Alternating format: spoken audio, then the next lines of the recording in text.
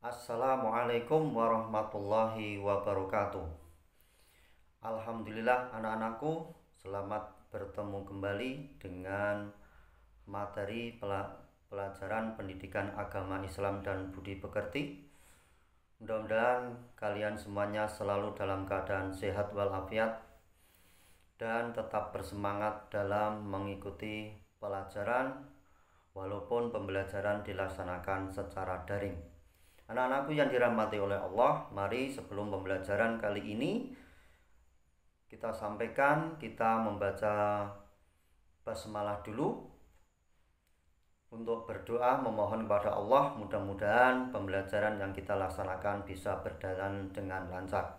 Mari membaca basmalah. Bismillahirrahmanirrahim. Terima kasih anak-anakku yang dirahmati oleh Allah.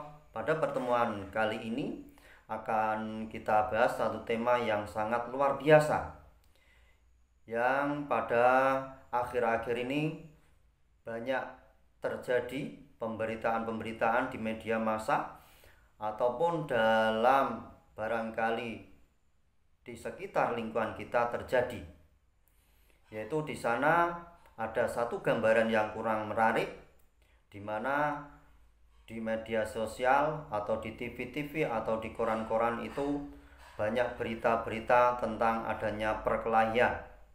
Kemudian juga tentang antara pemuda dengan pemuda saling berantem.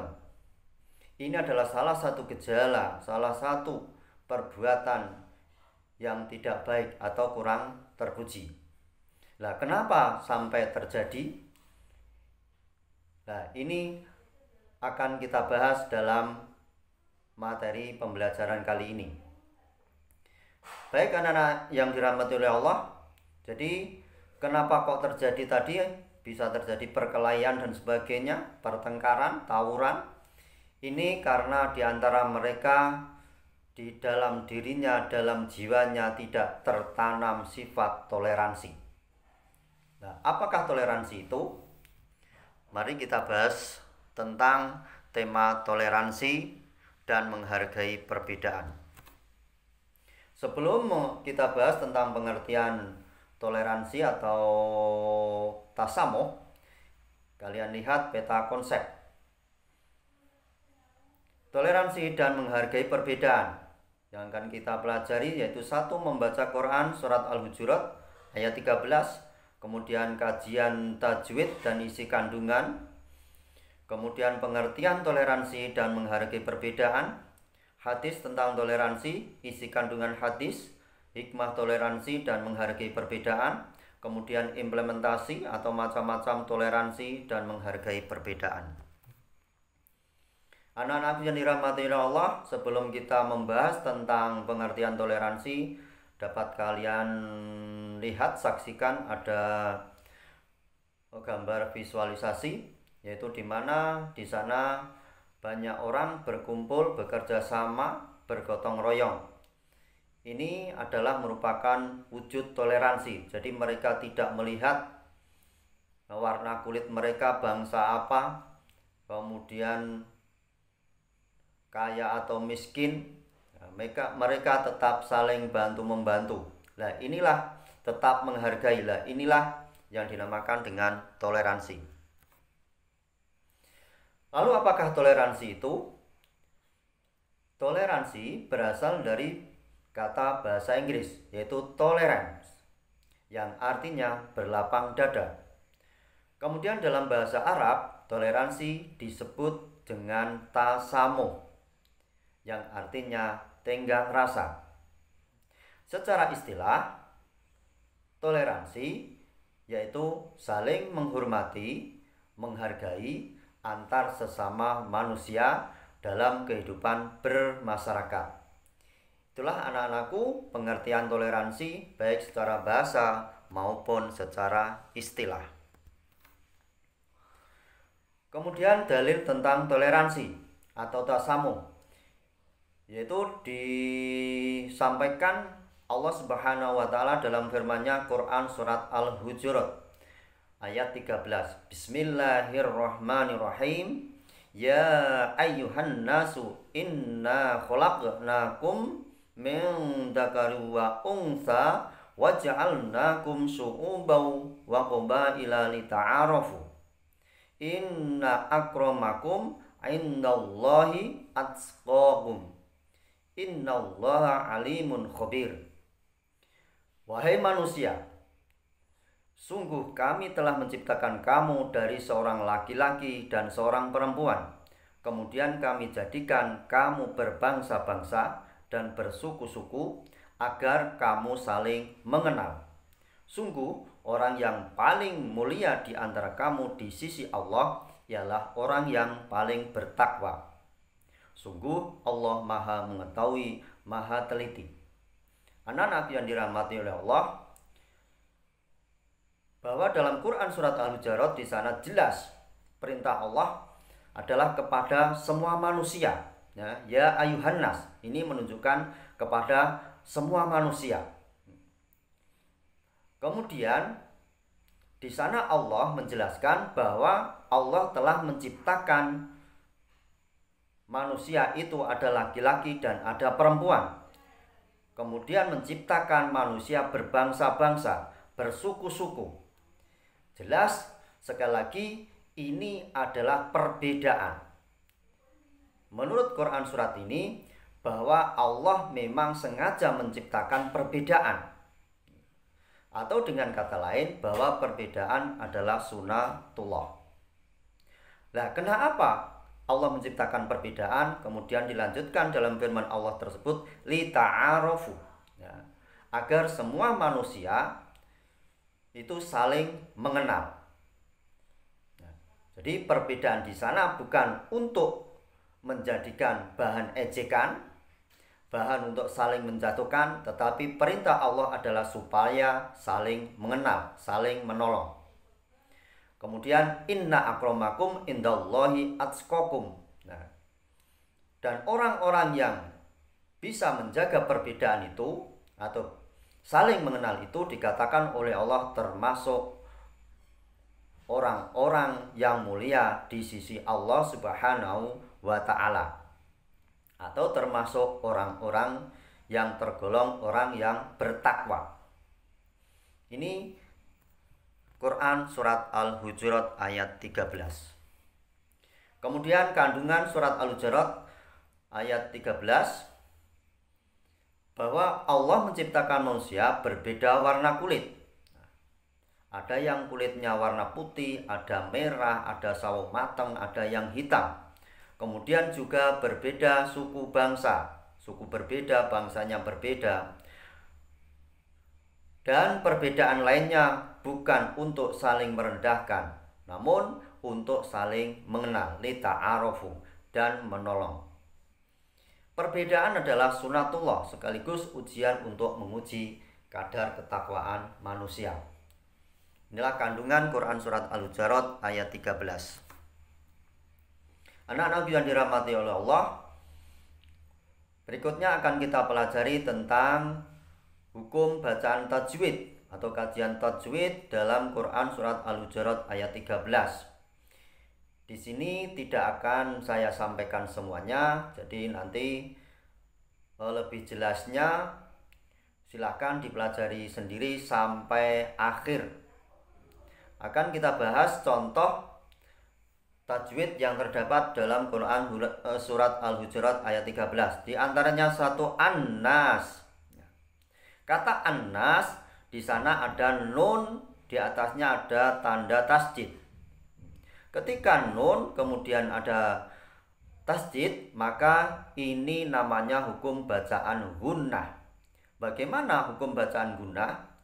Yaitu cara membacanya dibaca dengan mendengung. Jadi in atau an-nas,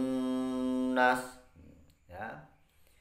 Kemudian yang kedua inna.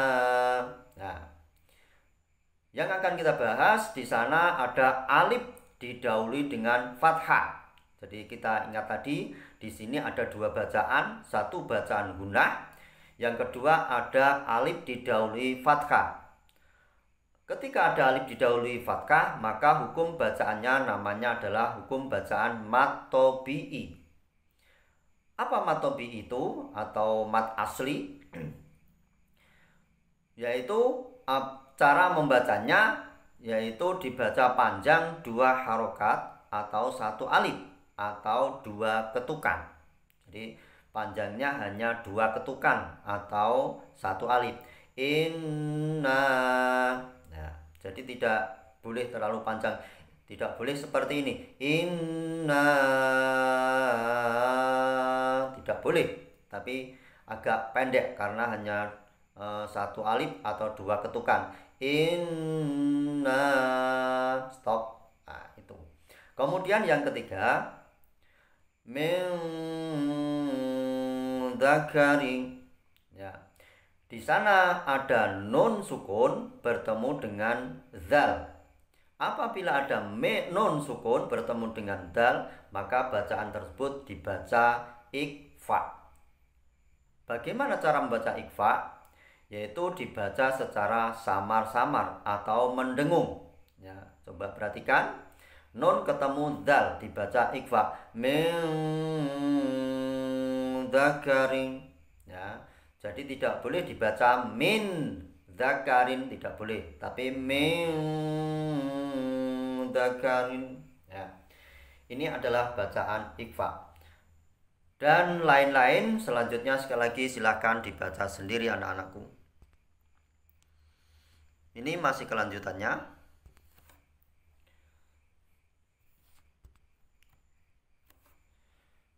Anak-anakku yang dirahmati Allah, selain toleransi tadi difirmankan oleh Allah dalam Quran Al-Hujurat ayat 13, maka dalam hadis Rasulullah juga diperintahkan atau menyebutkan tentang toleransi, yaitu yang diriwayatkan oleh Ibnu Hibban sebagaimana berikut ini. Artinya diriwayatkan dari Anas bin Malik radhiyallahu anhu bahwa Rasulullah Shallallahu alaihi wasallam bersabda, mukmin adalah orang di mana seluruh orang merasa aman bersamanya. Kemudian muslim adalah orang yang seluruh muslim yang lain selamat dari gangguan lisan dan tangannya. Dan orang yang berhijrah adalah orang yang menjauhi hal buruk. Demi zat yang menguasai jiwaku, tidak bisa masuk surga seorang hamba yang tetangganya tidak aman dari gangguan-gangguannya. Sekali lagi, inilah hadis yang memerintahkan supaya kita bersikap toleransi. Sekarang macam-macam toleransi. Toleransi dapat diwujudkan dalam berbagai macam. Di antaranya, 1. Toleransi sesama muslim. Bagaimana atau apakah toleransi sesama muslim itu? Toleransi sesama muslim yaitu hormat menghormati atau saling menghormati, menghargai antara muslim yang satu dengan muslim yang lainnya. Jadi antara muslim yang satu dengan muslim lainnya itu saling menghargai walaupun ada perbedaan. Contoh ketika sholat, yang satu sholat subuh menggunakan kunut, yang lainnya tidak menggunakan kunut. Nah, perbedaan semacam ini janganlah sampai menjadi perdebatan, bahkan sampai terjadi permusuhan. Silahkan yang mau melaksanakan kunut silahkan, yang tidak juga silahkan. Kemudian yang lain contohnya adalah sholat tarawih. Ada yang mengerjakan 11 rakaat, ada yang mengerjakan 23 rakaat. Silahkan Anda pilih, karena kedua-duanya ini ada dasarnya, ada dalilnya masing-masing. Ini cara toleransi sesama muslim. Yang berikutnya, toleransi muslim dengan non-muslim atau toleransi antara umat beragama. Bagaimana cara bertoleransi dengan antar umat beragama? Yaitu dengan cara menghargai, menghormati agama lain untuk melaksanakan ibadah sesuai dengan keyakinannya.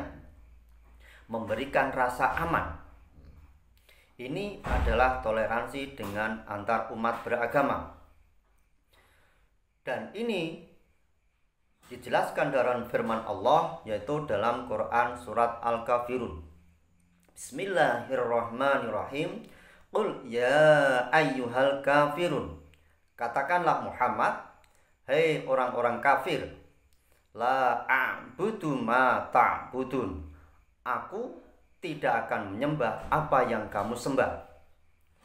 Wala antum abiduna ma a'bud. Dan kamu bukan penyembah apa yang kamu sembah, yang aku sembah.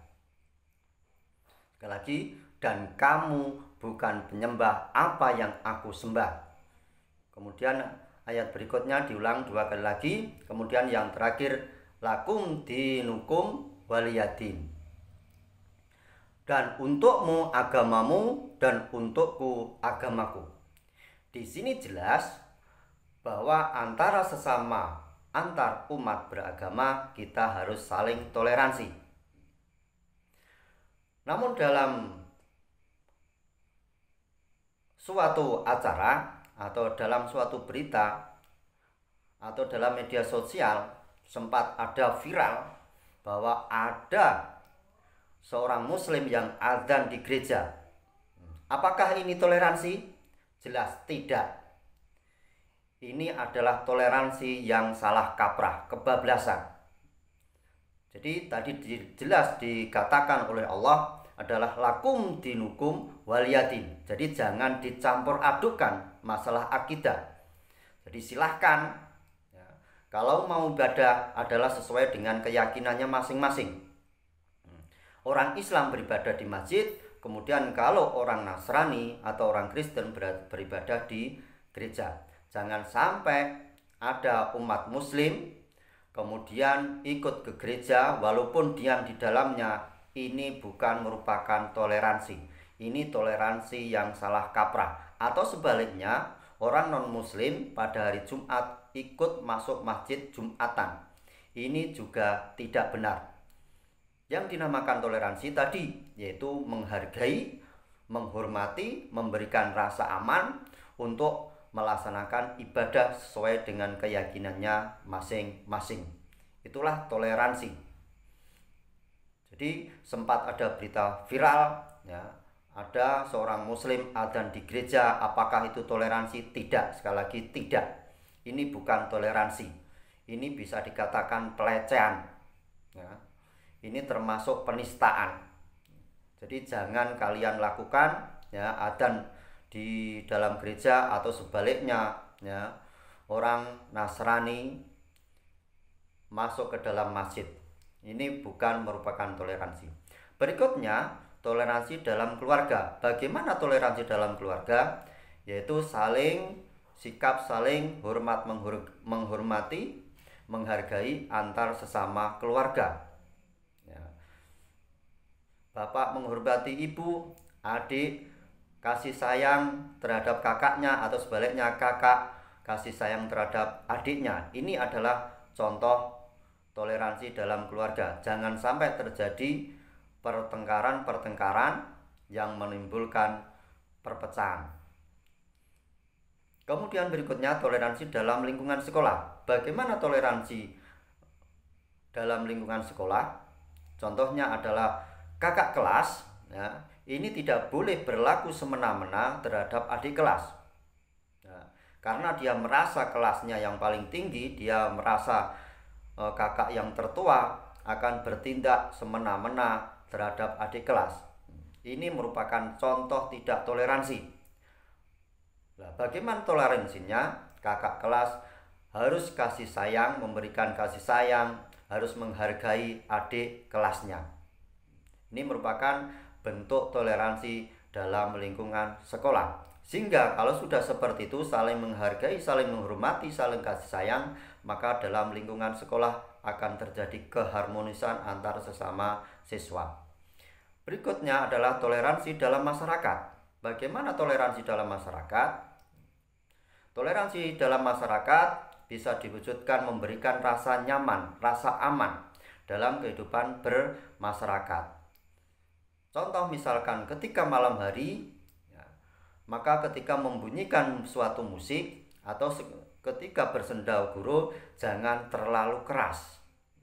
Karena pada malam hari itu merupakan malam untuk beristirahat.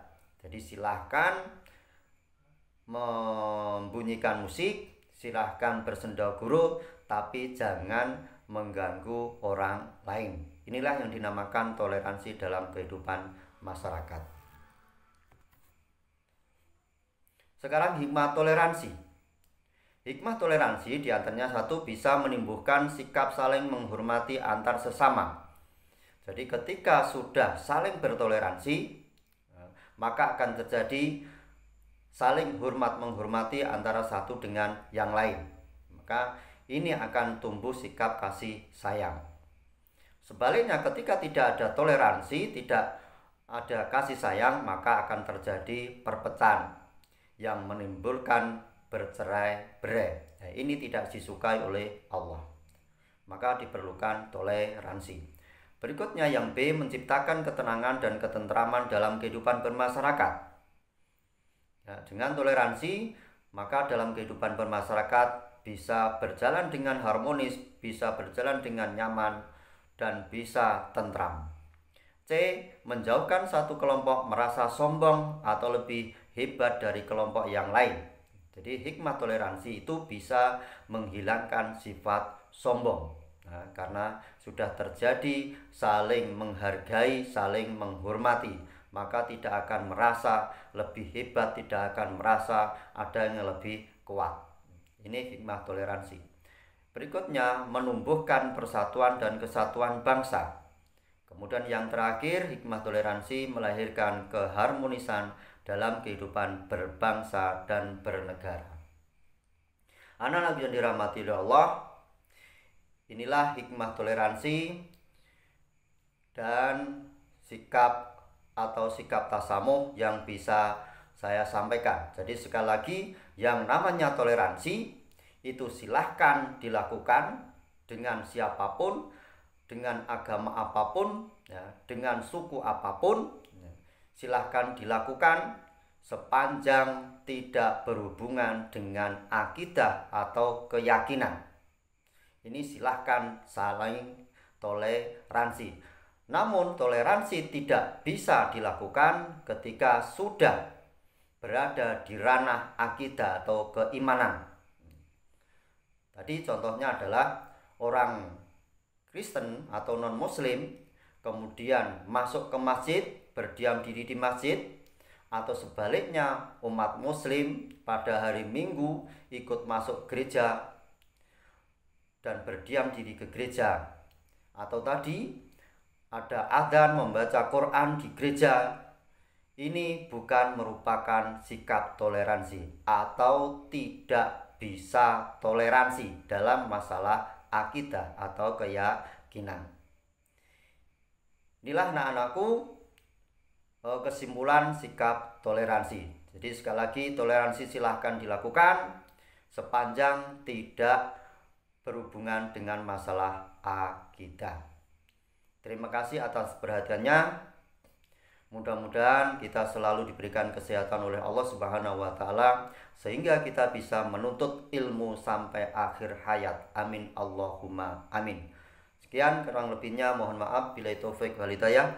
Assalamualaikum warahmatullahi wabarakatuh.